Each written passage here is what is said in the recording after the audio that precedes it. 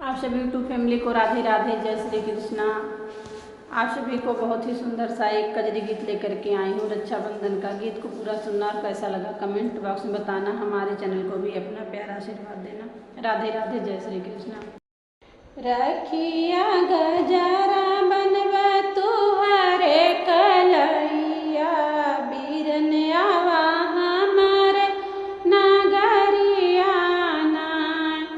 रखिया गजरा बान्हब तुहरे कलैया, आवा भैया हमारी नगरिया ना। आवा भैया हमारी नगरिया ना। सास ससुर हम नैहर ना भेजें, सास ससुर हम नैहर ना भेजें, नैहर ना भेजें हो, नैहर ना भेजें। भूली गई नैहर की गलिया ना।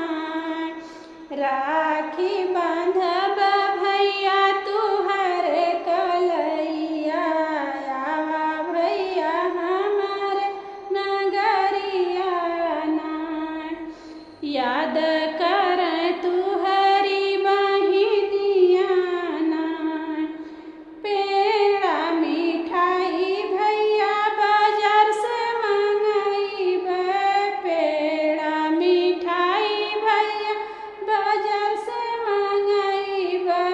आरती के थाली भैया प्रेम से सजाइबे, आरती के थाली भैया प्रेम से सजाइबे।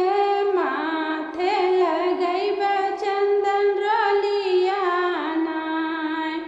याद कर तुहरी बहिनिया ना। राखी गजरा बांधब तुहरे कलैया, आवा भैया हमारी नगरिया ना।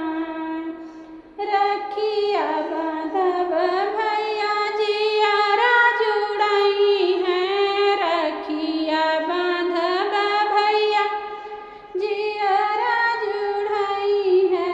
भाई बहिनिया के प्यार अमर हुई है, भाई बहिनिया के प्यार अमर हुई है।